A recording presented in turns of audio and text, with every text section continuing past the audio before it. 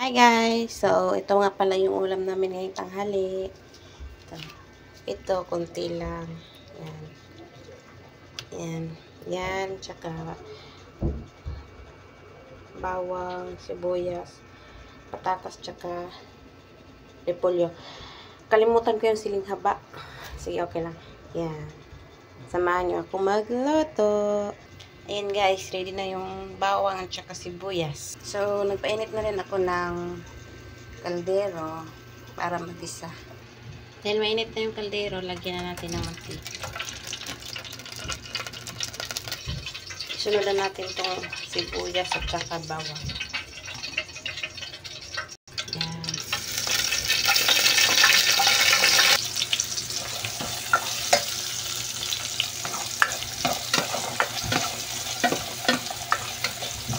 Hindi kompleto ito guys sa sariling recipe ko lang ito. Madali ko. Yan.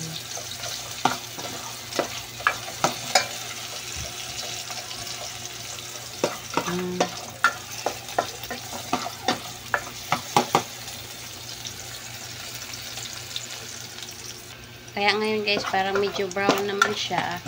So, ilagay na natin yung baboy. Ito, lagay na natin ito. Dapat walang tubig. Hatak pa. Yan. Yan. Lagay na natin ito.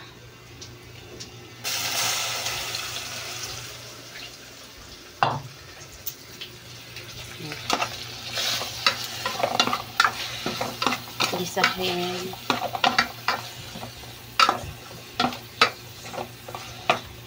Tsak masarap po.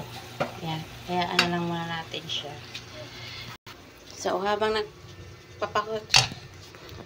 inaantay pa natin yung karne na maanuhan, ito muna yung gagayatin natin, yung gulay. Yung repolyo at saka yung patatas. Ito na guys, nakatapos ko lang gayatin yung gulay at saka hugasan. So, antay na lang natin kukulo yung niluto natin bago natin to ilagay yung patatas. So, lagyan na natin ng tubig yung kaldero. Okay na eh. Yan, lagyan na natin ng tubig. Yan, okay na yan. Isang mangkok na big. Kasya na yan sa amin. Yan guys, habang inaantay ko yung niluto ko, dito muna ako sa tabi, nagpapahangin. Ang tagal, ang tagal. Actually guys, kung bago pa lang kayo sa channel ko, please subscribe naman po and support nyo po yung mga video ko. Thank you po. Yan na. Kaya kulo na siya. Kunin natin itong mga bulak-bulak.